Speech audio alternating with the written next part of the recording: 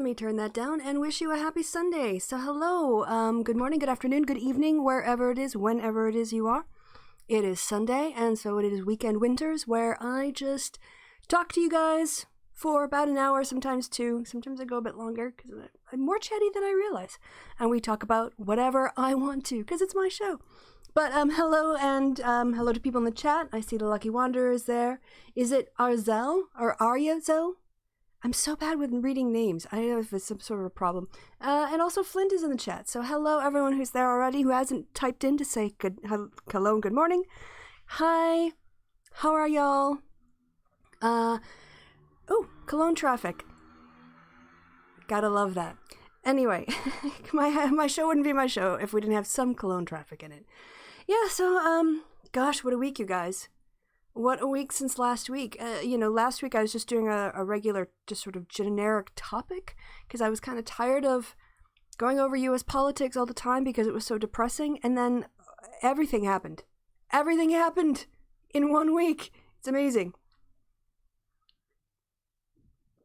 So let's kind of like rewind back to the week that was. Will this be remembered as the most pivotal week in the presidential election of 2020? Hard to say. Obviously, you always do these things in hindsight afterwards. But, I kind of...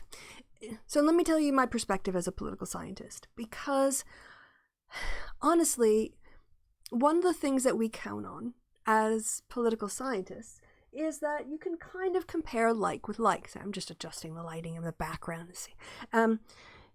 One of the things that makes it possible to do analysis is that you can compare one election to another, because even though the candidates might change, or, the parties might occupy slightly different spaces politically within the body public, there are some things that just are constant, things that you can count on to be comparable.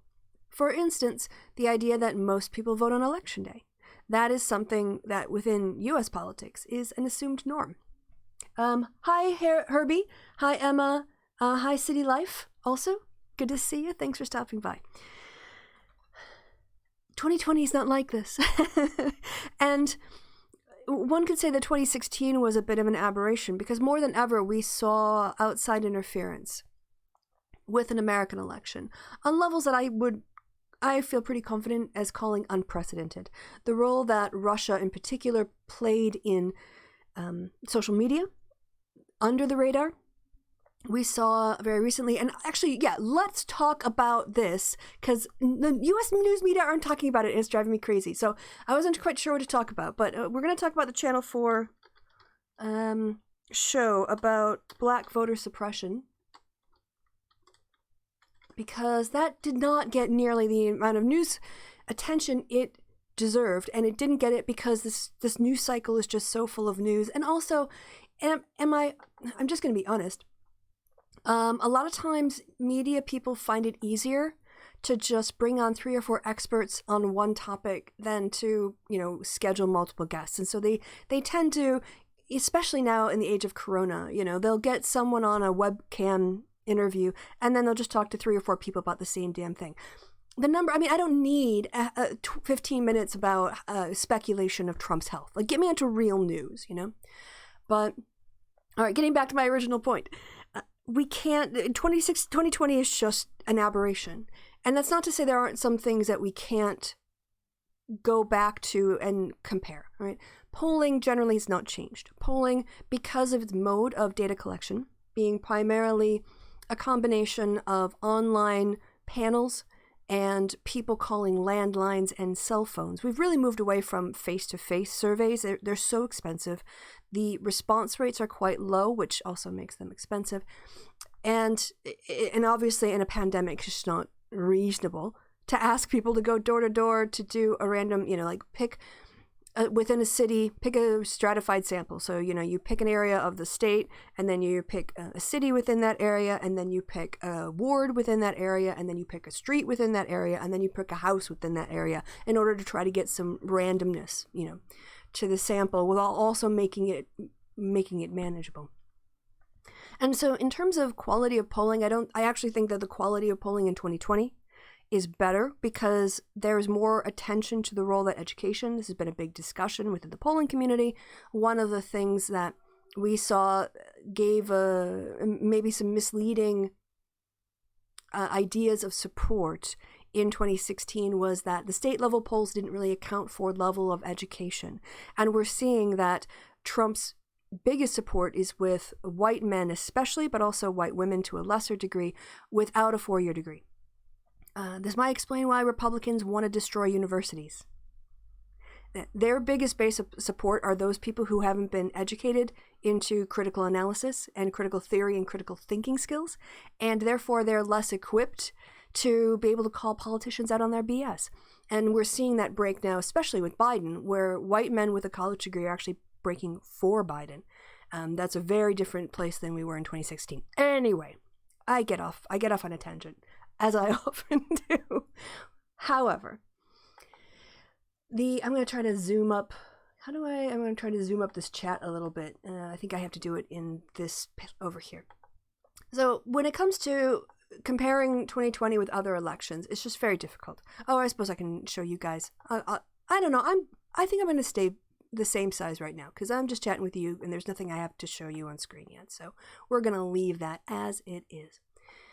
We get to 2020, and for me at least, the most important difference structurally between this election and every other election that we know in living memory. I mean, I don't really know what voting was like during the pandemic, or the influenza pandemic in the early 1900s, but people are voting well before Election Day.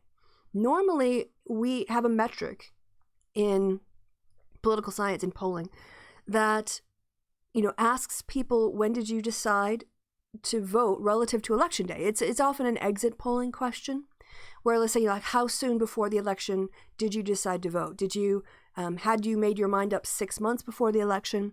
Did you make up your mind, more than 6 weeks ago? Or did you make up your mind in the last 6 weeks or the last week even? Some people go to the polls still torn about how they're going to vote. I don't know how these people, I don't know what that's like. I've never lived that, but this is something that people report. So we know it's a legit, it's a true phenomenon. People are ambivalent all the way up into polling day.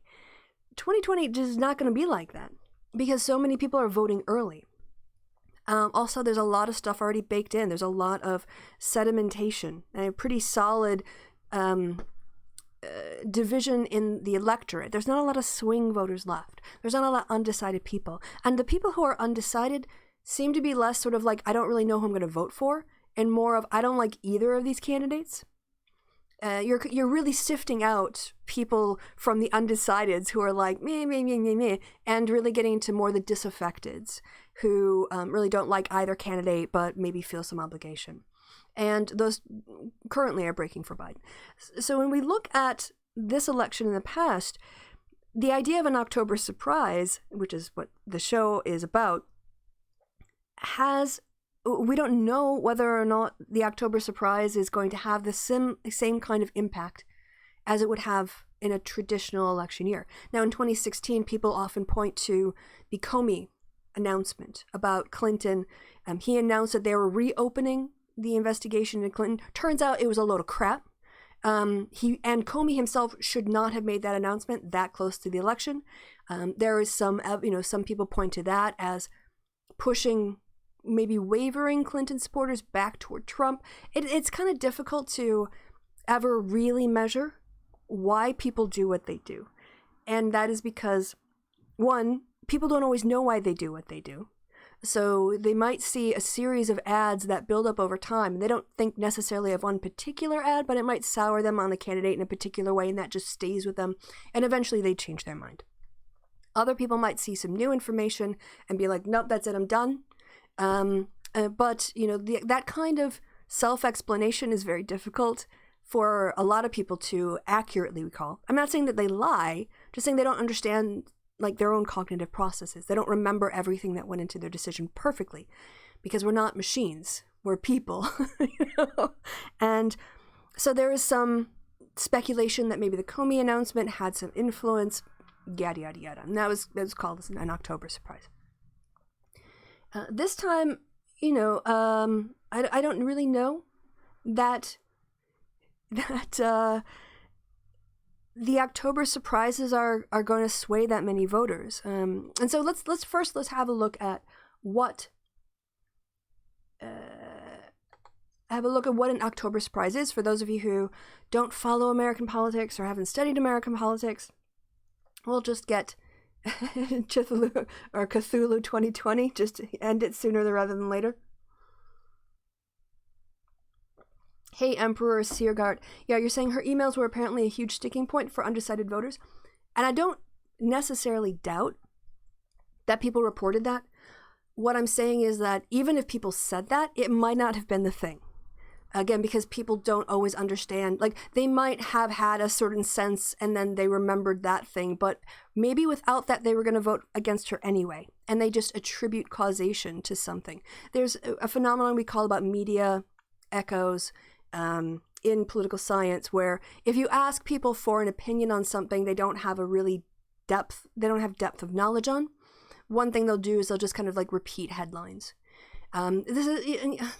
People don't want to look bad in front of other people, and so they find ways of answering questions even when they don't have a really good understanding of what they're talking about or the subject. They'll produce an answer because you ask them for one, especially if you're paying them to be part of a focus group or something. I find this a lot. For instance, here's a classic example.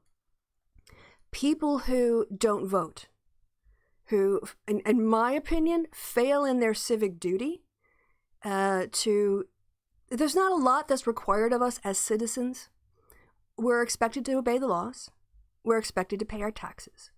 And I think we're expected to participate in elections. Now, it's a little bit more difficult for me because I can only vote in certain elections back in the States, and I can only vote for certain offices. But every 2 years, because that's pretty much the only time I get a chance to, I do vote. So anyway, that's my normative, that's my own value system. But you will get people who will say, I didn't vote. And when you ask them why, they'll blame politicians, or they'll blame other people, or they'll blame blah, blah, blah, blah. It's not their fault they didn't vote. It's something. And so, I'm not saying people lie. I'm just saying people justify their behaviors. And they give an answer because you ask them. And we need to understand that not people are being deliberately deceptive. But when someone gives us an answer, we can't just take it at face value as the truth, as an accurate, and by truth I mean an accurate causal representation of what went into the decisions or influences that resulted in that behavior. And that's why we look at things like age cohort, socioeconomic status. We look at people's gender and gender roles in their families, their religious beliefs. We look at a lot of things that people don't necessarily use to explain their behaviors. For instance, someone might say, I vote the way I do on abortion because I'm Catholic. Well, they're not going to necessarily say that, but they might just attribute it to being pro-life.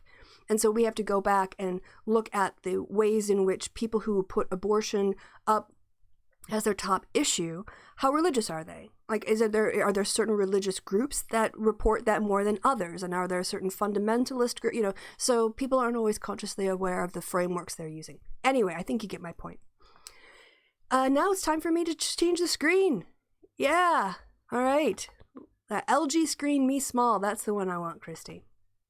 Hey, there I am. I can see you. Hi, people in the chat. I wave at you. I wave at you down there.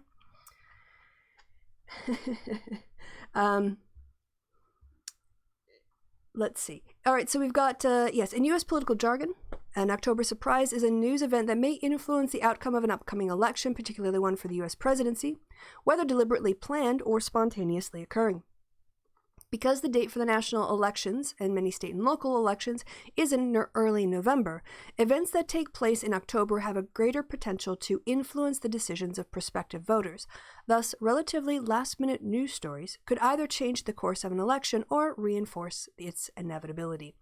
The term October surprise was coined by William Casey when he served as campaign manager of Ronald Reagan's 1980 presidential campaign. However, there were October election upending events that predated the coining of the term.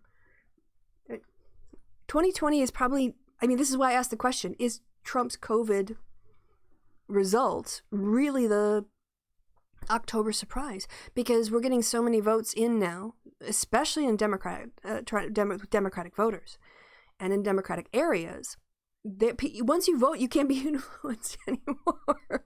Once you're out of the game. Once you voted, you can just tell people who call you on those push calls, like, I already voted, doesn't matter, don't try to influence me, I can't vote again.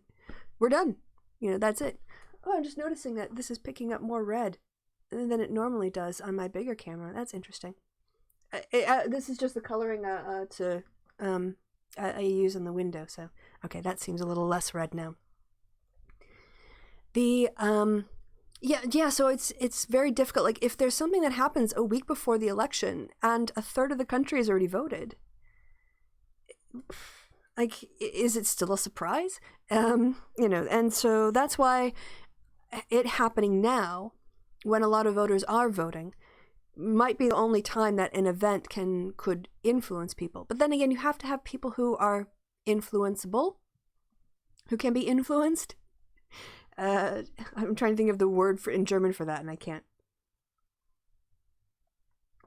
Flint, you say you're not convinced he has COVID. Let me give you my perspective on why I do think he has COVID. I said this on the happy hour, but it's still true. The reason I think he's actually COVID positive, turn my mic, there we go. Yeah, that's a little bit better, a little less headroom. Trump's ego feeds off of adoring crowds. He loves them. The entire time he has been, since the COVID lockdowns, this entire time he's been pushing for more and more and more. Oh, thank you, Flint. Thank you. Appreciate the five quid. Mwah. Give me a hug. Bring it in. Thank you so much. He's been trying to get bigger crowds because his ego wants it. I don't say it needs it, because it's not like on Adler's hierarchy of needs. It's not like air. He doesn't need it in that way. But he feeds off of it. He's a narcissist. There is absolutely no way I would see Trump voluntarily giving up 2 weeks on the campaign trail, giving up those rallies when in exchange for the COVID diagnosis. The trade-off to me just doesn't make sense, because his whole goal is to excite his base, and getting sick with COVID and people worrying about his health and thinking he's going to die, they might feel sympathy for him, but it doesn't make him look strong. It doesn't make him look powerful. And you can say, yeah, when he gets over COVID, he might look powerful, but then you're 2 weeks away from the election. I mean, you're losing a whole 2 weeks of going to swing states and doing rallies. So I just don't think the calculus for me adds up that it would be a hoax. And so as you can see here, the October surprise phenomenon existed before it had a name. And that's just because it's a recency bias. People are influenced by the things they've heard most recently, rather than things they've heard in the past, a long time in the past. We only have so much room in our brains for so much information. And so when something new comes in, a lot of times other things get crowded out, unless it's affecting us personally, unless there's an issue that really touches our lives. But we could go back and think about all of the scandals that Trump has had. And even though we lived through them and discussed them, even now, it would be difficult to pinpoint, to make the list, because there's just been so many, And so there is that sort of recency bias that people will use when they have to make a last-minute decision. And so the idea of events happening that influence people right before the election is obviously, it makes sense as a political science phenomenon, even if it didn't have a name before the 1980s. And as you can see, they go back to 1972, which was the year of my birth. And they managed to, I guess there's not to 88 they miss out on, but otherwise they're able to sort of track quite a lot of events right before elections. Now, let's see what Trump-Biden. Okay. Yeah, the tax returns. That was this week, you guys. Trump's tax returns was a week ago. Can you believe that? Will says, I can't believe Trump didn't get COVID sooner. I agree. I mean, they did have some process of screening, although it sounds like those tests aren't very good. And we know he's a germaphobe. That's the other thing about Trump, that he uses a lot of hand sanitizer. But I see your point. It's pretty amazing that he didn't get it sooner. Certainly, probably keeping those rallies and social distancing, the way that people were trying to protect him from himself by saying small groups, outside, lots of social distancing. And, just like with a guy who's like, like, oh, let me just put the tip in. Trump is like, he pushes always for more and more and more and more and more, because he doesn't actually care about anybody else. He's a sociopath. He's a narcissistic sociopath. And so he wanted more people and more, and closer together so you could get more people, so it looked better for him. And yeah, I think it was probably only a matter of time when you can't keep spinning the roulette wheel and, not landing on the probabilities just go down the more often you do it, because you have more chances for it to happen. The Walter Reed doctor was very evasive and gave conflicting accounts. Apparently that doctor is not even an infectious disease specialist. We can look at it. Chris Wallace on Fox News called him out for basically being a hack. So when you have non-professionals who don't, it's not their field. It would be like, anyway, their information is not always going to be accurate because they're kind of making it up as they go. Now, if I could go and give an introduction to sociology lecture, it wouldn't be very good. But because I've dipped in and out of sociology bumping up against political science, I have some idea of the practices. There are some bits of sociology that influence the development of political science. But in terms of like a person who is an actual sociologist and expert would probably correct some of my language in terms of the terminology or add additional context. They would just be more accurate because it's their field. And this doctor that Trump is using, apparently, it's not even like infectious diseases, his spokesperson doctor, it's not even their field. So, yeah, and it looks like Trump was infectious during the debates, most likely. I mean, I'm concerned for Joe Biden, definitely, but all you can do at this point is keep doing tests. Although Jamie Harrison had a great bit, he brought his own clear plastic plexiglass guard with him to the Lindsey Graham debate and set it up between them. Maybe we can have a look at that. Is Trump's COVID diagnosis the October surprise? Well, I guess if he ends up dying, it will be. If he ends up dead, that's pretty much going to affect the outcome of the election, for sure. I don't think there could be a bigger effect than that. But as it is, it's kind of difficult to talk about October surprises within the context of all of this early vote coming in. All these absentee ballots, in-person voting, things like that. So yeah, it's kind of hard to remember. But yeah, this in the last week, just in the last 7 days, we had the scandal of Trump only paying $750 in taxes. So I have my heater on and I'm a bit warm. I've got my Hamilton shirt on today. Hamilton. Hamilton. That's what I'm doing to entertain you guys while I take my jumper off.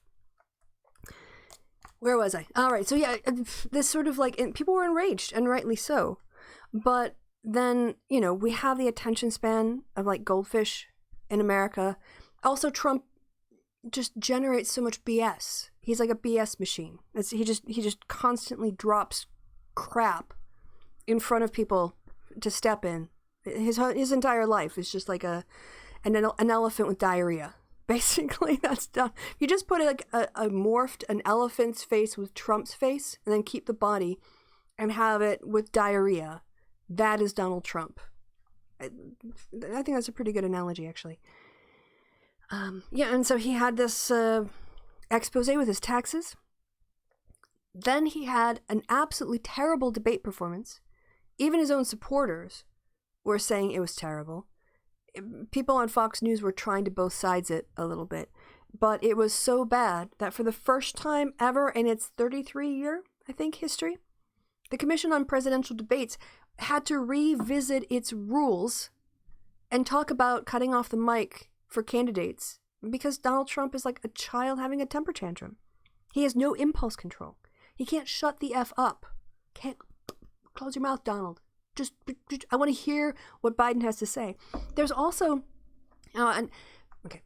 there's a phenomenon in political science we know when somebody goes negative. Like if two candidates, I've talked about this on the show before, but if you have two candidates who are running for an office and one goes negative on the other, if it's a well-developed, well-argued negative ad, you'll see the person who's the target of the ad go down.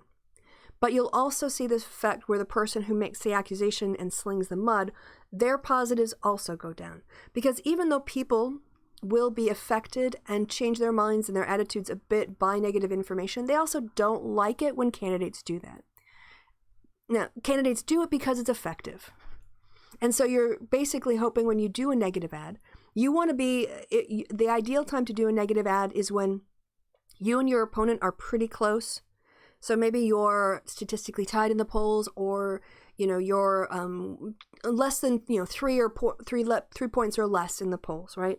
And then you go negative, and you hope your opponent goes down like 5 or 6, and that you only go down 1 or 2, so that your net gain is to pull ahead of them, right, in the race.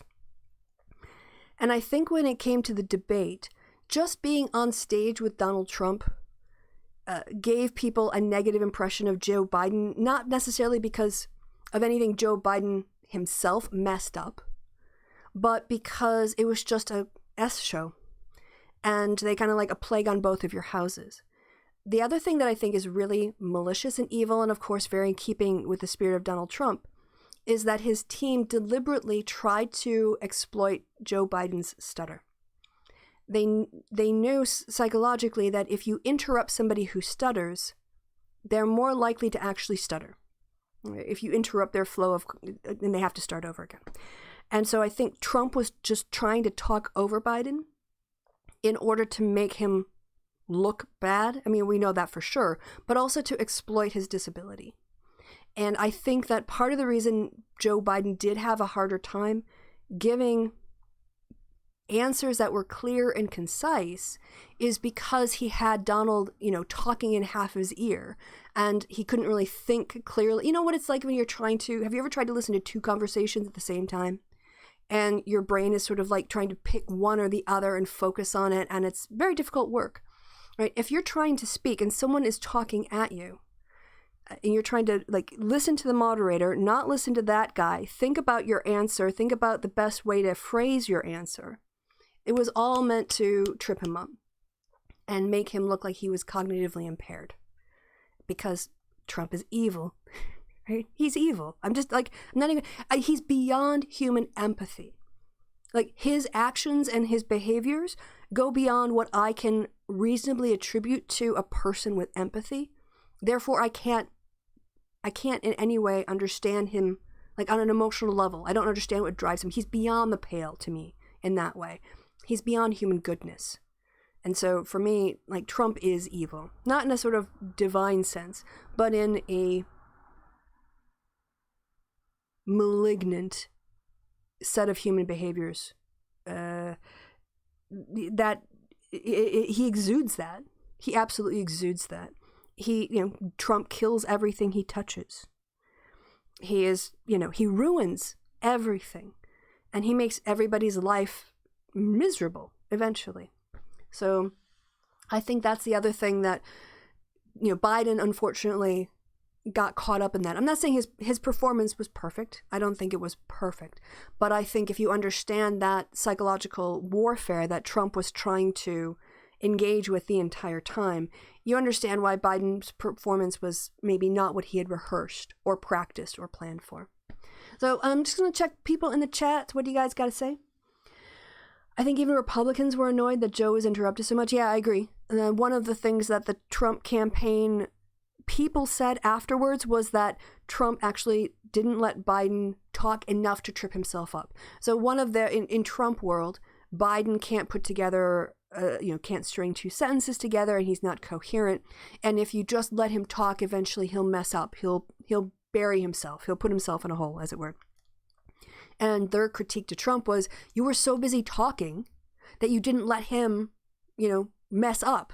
You didn't give him enough opportunity to actually screw things up in a big way. And Trump always has to be the story. He always has to be the story. He's a malignant narcissist. He's evil, And so, yeah, the Republicans were also upset with his tactics. As far as I know, the vice presidential debate will still be live. Yeah, I think it would be a good idea if Kamala Harris takes a page out of the Jamie Harrison book, so we can take a look at that, because that was hilarious. Jamie. I'm sure it'll, yep, Jamie Harrison, debate, photos. I know if I go to photos, there will be one. A lot of, there he is. Harrison has a plexiglass barrier around his podium. That's because he brought it. I mean, I don't know who this is. Who is this? It's supposed to be a reporter? Andrew Joe Potter. Yeah, okay, he's like a nobody. No, he's a nobody, but nobody, he's like not a reporter. Yeah, he brought a plexiglass shield to the debate. Like, this is amazing. I love this idea. This is like hero stuff. Yeah, and why not? Absolutely, why not? These people are, you know, they're in the Senate lunchrooms. They're having meals all the time. Oh, I guess that's not the best place because you can't see it now because of where my camera is. No, that's better. Yeah, you guys can see that better. But yeah, he just brought a plexiglass thing with him. I love it. I love it. I think Kamala should do the same thing. Absolutely. Absolutely. I hope Pence remembers to bring Mother with him. Otherwise, he'll be, you don't want to have him talking to a woman alone in a room, because apparently he's such a, he can't control his own impulses or behaviors if he's alone with a woman. He's that much of a predator. What if COVID thinks this guy's a twat and just F's off? Well, I mean, we'll have to see. The fact is that, let's face it, Trump people will only believe positive stuff about the president's condition. Everybody on the left will not believe anything. I would imagine that if Trump died, there were people on the left who are like, is he really dead, or is he just doing it to get sympathy? It's just no trust. There's absolutely no trust that there can be institutions that stand apolitically outside of the election process now. Because again, Trump kills everything. He ruins everything he touches. I think criticizing Biden's debate performance is like criticizing an actor for not planning on being interrupted by a raging bull destroying the set. Yeah, agreed. I absolutely agree. And I'm not saying that, Biden gave a perfect performance, but I do think that a lot of people don't acknowledge how disruptive it is in terms of having someone just in your ear talking all the time. I think one person said something like he wouldn't give a comment, he wouldn't commit himself on the Supreme Court, whether or not they would add more seats to the Supreme Court. And in all honesty, man, I don't think people are deciding their vote on whether or not Biden may or may not approve something done by Congress that would do the Supreme Court. I think people are far more interested in their economic situations. First and foremost, people are selfish. And they want to know, what are you going to do for my taxes? What are you going to do for the economy and my job? What are you going to do about like expanding trade or getting a higher minimum wage or whatever else? People care about what happens inside their home, their four walls, or their trailer house, or their penthouse, or wherever they're living, tent in the woods with a like an address in the front, wherever it is. By and large, most people are just selfish. They care about themselves and their families, and that's it. Once you get beyond that, then you can have sort of like the future, like there might be some stuff about like morals and the future of the country and patriotic stuff. But yeah, in terms of the Supreme Court, I just don't think it's not a reason people are going to pick. If they're looking at it that way, they're going to vote for Trump anyway. And if they are anti-adding things, but they're pro-Biden, they're probably going to vote for Biden again anyway. Let's see. He calls his own wife mother. That's just creepy. Fauci tells Trump's condition, I would be more likely to believe it. Yeah, I mean, I don't know how much he's a personal doctor. He's more of an epidemiologist. But yeah, at least with Fauci, he might couch things to be politically... How should I say this? He does a very delicate dance, Fauci. He understands that he has to sell out a little bit to keep Trump happy in order to be able to do his job for the greater good. And I know, early on, Kevin's like, if it was me, I would just quit. I'm like, well, Kevin's got personal principles. I think Fauci has made the calculation that he's willing to go so far in certain directions to keep Trump happy in order to keep his job to do what he thinks is best. So, I mean, politics is a trade-off. You're always going to sell your soul to somebody in politics. Trump will set up a retreat on the moon with his new Nazi base, and that would be 2024. That would be such a 2024 move. Space Force, yes, exactly. So repressed, it's sad. Yeah, Mike Pence is a sad guy. He certainly doesn't engender the kind of passion. He's not the macho man that Trump is. And if Trump did become completely incapacitated and put on a ventilator, Vice President Pence might not be able to take over the top of the ticket because the power hadn't been transferred. But even if he swapped out, he's just not a Donald Trump. He doesn't engender the kind of populist passions that Trump does. Well, we back in the Enlightenment talking about the passions, but Trump embraces hate. He embraces division. He embraces otherism. He embraces a kind of 1950s white supremacy and maintaining the unfair status of whites at the expense of everyone else. It's like I was saying back in last week's show about the lie of limited government, the lie of being self-sufficient and pulling yourself up by your bootstraps from a class of and an ethnic group of men, especially white property men, who use the power of the state to disenfranchise and steal all of the wealth from women to give to white men, and then also enforced slavery. So they were stealing labor while they were so self-sufficient, and they were stealing lands from the native peoples. Again, that's not self-sufficiency, that's theft. So what they are saying is that limited government is a government that limits everybody else's freedoms, rights, and ability to earn money and prosper so that a very few can, operate their little fiefdoms of terror without government interference. And by terror, I mean domestic threats, all of that kind of stuff, as well as slavery and carrying out genocide against the native peoples. All right, so I'm a little bit tired. I was playing D&D until 2:30 in the morning, and so I'm probably not going to go too long in this show. A lot of you have heard this stuff, so I don't want to kind of go over old ground. I will talk more to the chat in a little bit, but before I go, October surprise, a little bit more on that first. Here is one thing that has surprised me about the October surprise. Trump was a shock. Right, hearing Trump came back with a positive test for COVID was a shock. But what kind of amplified it for me was the cascading positive results. That's what really threw me on sort of my back foot, because Trump knew and told Bob Woodward how contagious that COVID spreads through the air. And it's much more deadly than a flu. It's much more infectious than the normal influenza we're used to, and that it takes much less to transmit it, and that you can be asymptomatic and shedding virus all over the place and not know it.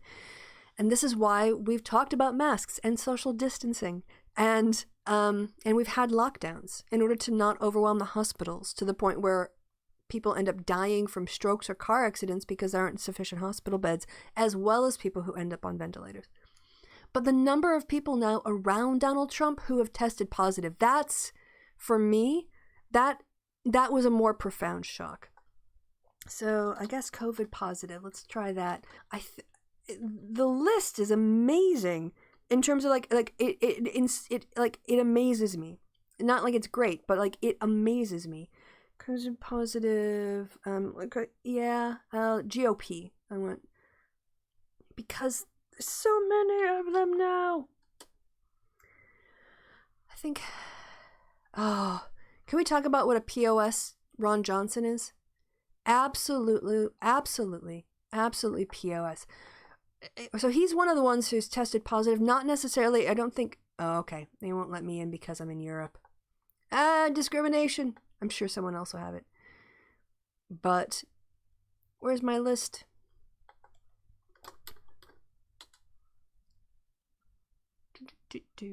Watching the list of GOP members test positive for COVID hour by hour is like, yeah, I get this. Oh, that's funny. Let's see, how long ago was this? March 27th? No. Let's go top. I think it's definitely double digits at this point. There are also members of, when is this, 21 hours ago? Anyway, we've got Hope Hicks, we've got Kellyanne Conway, we've got Bill Stepien, who runs the campaign.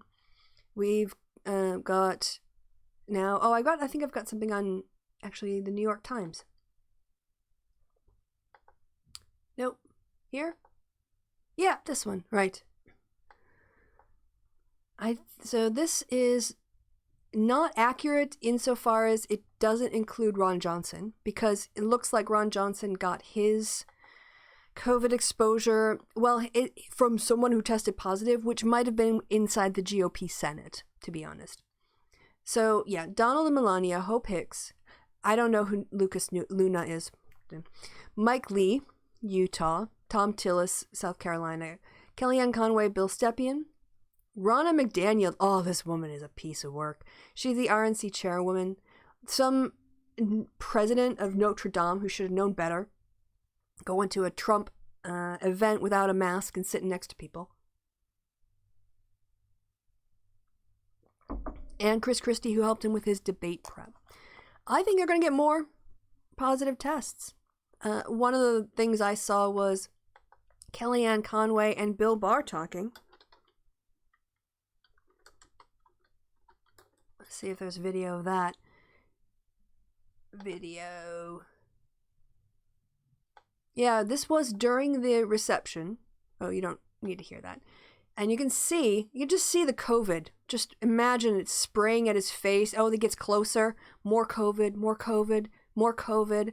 Oh, it's just coming out like in a green thing, like a cone out of her face, hitting him. Oh, put it on your face. Put it on, get some COVID on your cheek there, Bill. Now touch your cheek and shake your hand. Great, shake other people's hands. I think we're going to get a lot more COVID positive tests in a week's time or so. Because they're just irresponsible. Cause and effect, man. Karma just means cause and effect. And you're experiencing it. Effects.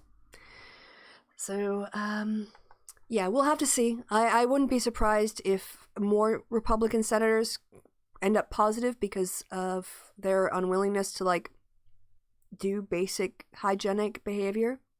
Dirty, nasty, gross, predominantly white men in those lunchrooms, spreading their COVID all over. And what else? Anything else? No, I think that was it. I just want to talk a bit about this story, which is not getting enough coverage. Just because there's not enough space, but I do think that it's important, and therefore I'm going to give it some more time. Now I'll probably just look at the chat and then wrap it up for this week. I've got a session and Acquisitions Incorporated here. Let me see my book. Sorry, violent, sexy dancing. I've got to prep for my session with my players later on, and honestly, there's only so much you can talk about Trump before it gets exhausting. Need to save some of that. Oh, by the way, Kevin and I watched International Gorillas on YouTube after the last show, and it was so painful and terrible and awful, and of course we did laugh, especially at one point, and I don't want to give it away if you've not seen it, and don't see it. If you've not seen it, don't ever watch that movie. It's terrible. But there was one point in the movie where I laughed so hard, I felt the tears fall off of my face onto my arm because I had leaned over to hold myself up. I was laughing so hard, tears were just, like 2 teardrops fell on my arm. Now, if you want to know what scene that was, that totally broke us both. Broke us. It wasn't just me either. Kevin could barely breathe. You'll have to watch the episode, which will probably be sometime this week. Probably time for more coffee. Yeah, I'm about halfway through. Thank you, Flynn, for reminding me. And I'm back to being pink again. In my background, I'm noticing. It's not that big of a deal. It's just a distortion. No, that just looks weird. Okay, let's talk a bit about this, and then okay. So since we did a bit of a break, I'm thinking about getting back into short videos. Since March of this year, I've been writing a book. Basically, I've had some co-authors. One person led on the chapter. Otherwise, I was the lead author on all of the chapters except for one, which we're adding later, and ended up being like 70,000 words, 146 pages, plus appendices with examples and stuff. And as a consequence, I just, like, when I'm putting that much productivity into an original work, I don't have energy to do productivity energy into YouTube work. And that's why the live shows are really nice, is because I can just get on here, I can riff, we can do some interactions. It doesn't take me a lot of prep because I just have a lot of knowledge that I can draw on. Whereas a planned video requires planning and sometimes a script, and then recording, and then audio editing and video editing, and then production, and then upload and thumbnails, and blah, blah, blah, it goes on and on and on and on and on. But I want to try to do a really simplified, I was going to say dumbed down. I'm going to do a simplified version of the social construction of reality, because I did start off, I took a break again because of writing. Just writing is so draining on my brain. Writing, when you face an empty page and you've got to get 8,000 words and you've got to organize it and, reference it and do everything else. It's just a lot of work. I mean, I'm not complaining. That's what they pay me to do. But it explains, like, my ebbing and flowing of my YouTube work. I'm trying to get I started up on chapter 2, which is institutions and society as objective reality. And there's some really good stuff in here, but it's so high level. It's really high level. They use very particular sociological terms that have a specific meaning that are just not common, like typification. So I want to try to make some really accessible short videos explaining the idea of the social construction of reality, to counter this myth that it's a conspiracy theory, or people people just throw it out there and they don't really know what it means or whatever else. So I'm planning on doing that. We'll see what happens, because my book is currently out for peer review. Then I get it back on the 9th of October, and it has to, all of the changes, the edits, and a reformatting of all the chapters into a new template has to be done by the 15th of October. And then I'm going on vacation. No, I can't go on vacation. Then I have videos to make for another group that's due on the 20th of October. And then I'm going to go on vacation. But at least I'm trying to plan videos to make that information more accessible.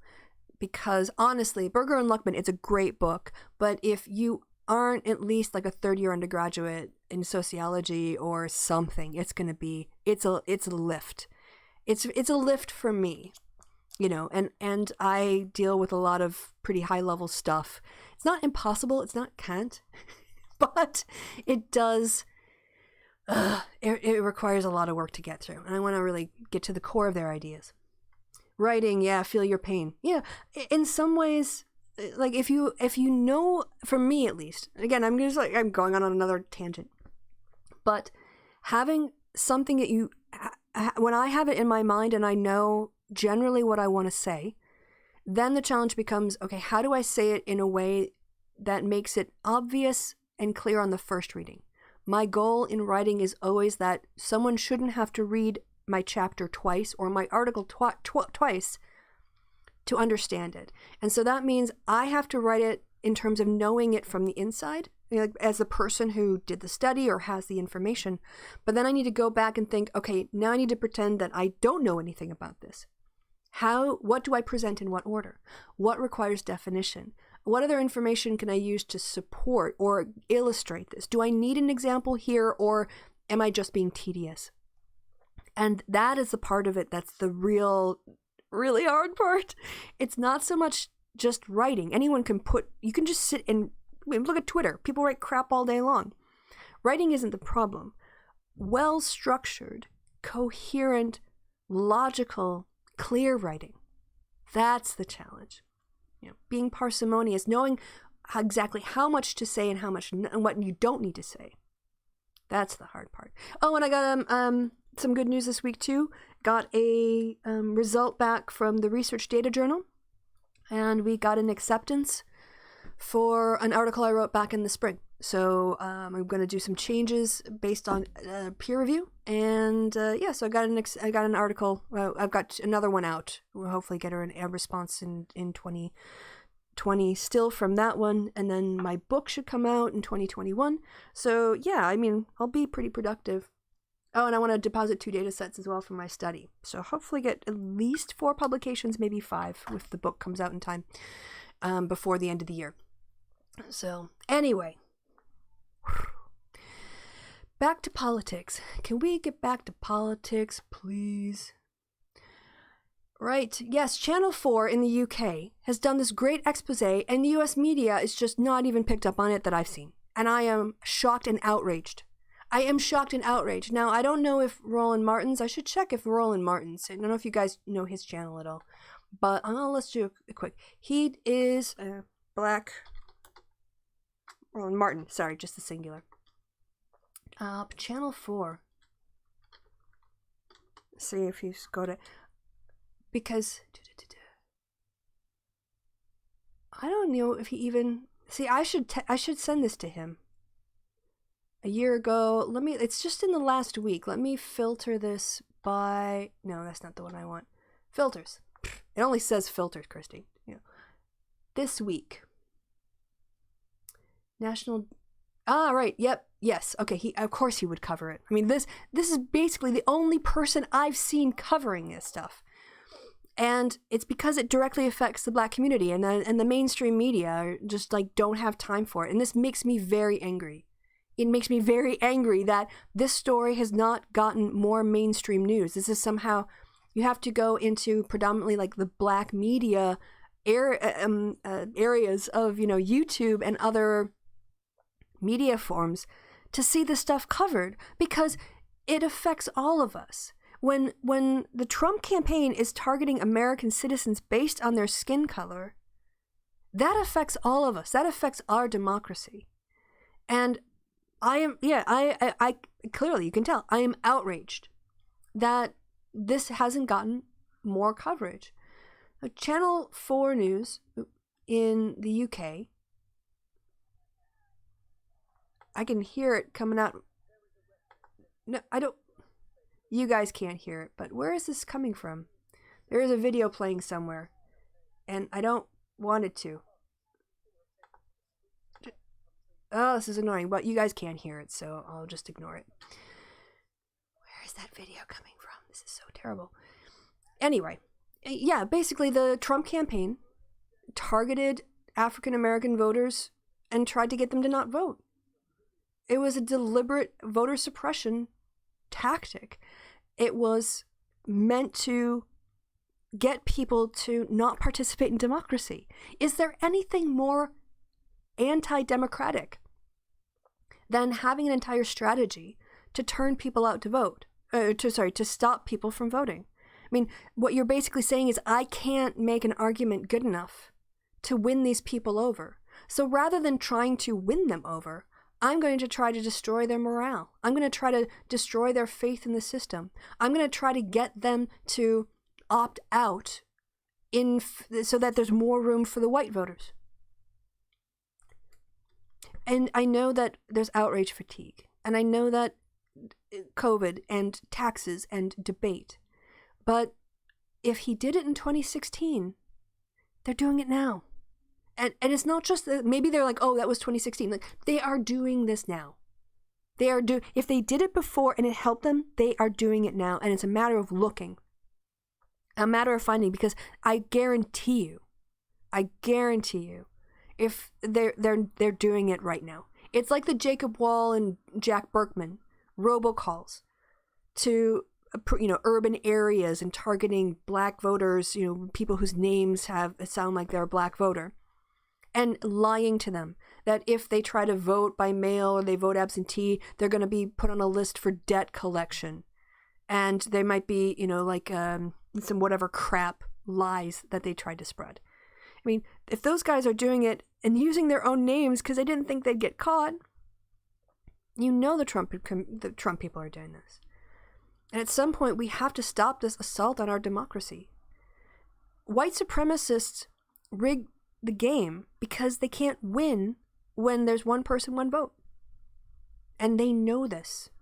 They know this. This is why they draw the lines the way they do. This is why Cambridge Analytica was used to deter people from participating in a democracy. They can't win in a fair fight.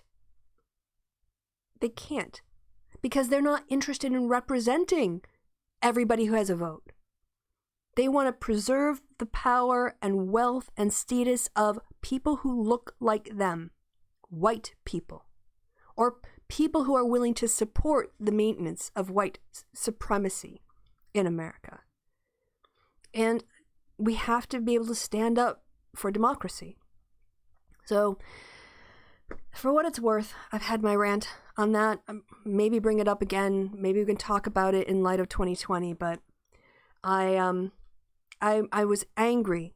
For me, it's just another example of the way the white mainstream media marginalizes black voters. And when they talk about, so often when people in the media are talking about voters, what they mean is white voters. When they're talking about like Trump, doing well in Ohio with voters, with white voters. Somehow voters never have the white in front of it. But when we talk about black voters or Hispanic voters, we always put those adjectives. But voters is just white people perspectives. And just say white people. White people should just get used to saying white people. Because if you're going to say black voters and Hispanic voters, say white voters. And if you want to talk about Trump's base, talk about Trump's white men, male base. White men without a college education base. Don't just talk about Trump voters as if they're because there might be some black voters who support Trump and there might be some Hispanic voters who support Trump. But the overwhelming, predominant, majority, his support is racist white people. And they can say they're not racist. A lot of people don't understand or are unwilling to admit or justify their racism as not racism. But the effect is the same. The effect is racism. So I don't care what you believe in your heart or what you think you want, your justifications for why you don't want, Section 8 housing in your neighborhood. Oh, they just wouldn't be a good fit. There would be a lot of turnover. You're racist. You're classist. Just own your bigotry, and then we can have a conversation. But if you want to hide it behind civic nationalism. Civic nationalism is another way to say white nationalism, Carl. All right. I didn't realize I had all that in me, but I got it out now. And I got a haircut this week, too. I think it's looking pretty cute. It's getting longer now because it's going to be winter, and I'm noticing that actually I have to my neck, maybe it's part of getting older. But if I'm around the house, this is also a Hamilton scarf. You can't really see it, but it's got Lafayette on it. I just I used to have really long hair. You guys might remember me back from the day when I started my videos. I used to have long hair, and my hair would cover the back of my neck. And now it's just really at that point right at the top of your spine, where your, what is it, lumbar, thorax, cervix, or cervix, cervical. Is that right? Anyway, the ones in your neck. That point right there. Oh, it gets so cold. So I'm going to cozy up. I'm going to prepare. If you're listening and you play my game, close your ears for 3 seconds.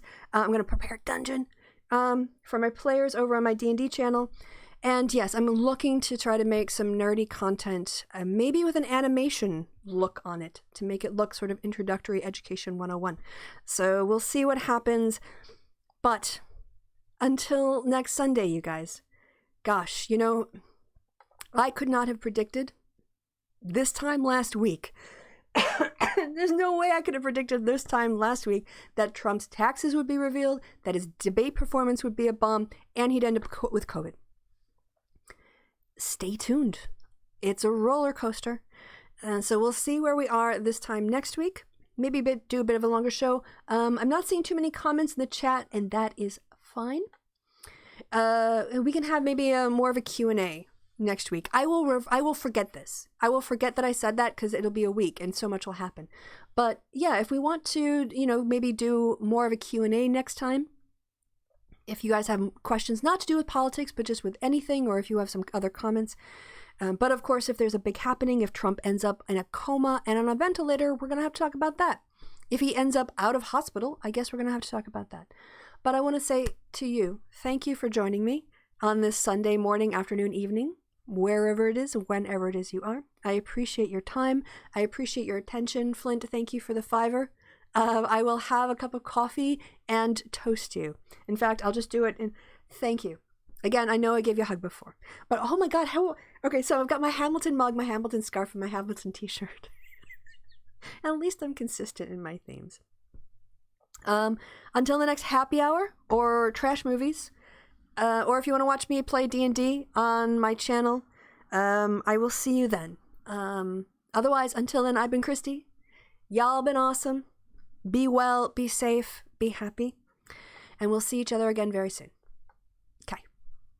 Bye-bye.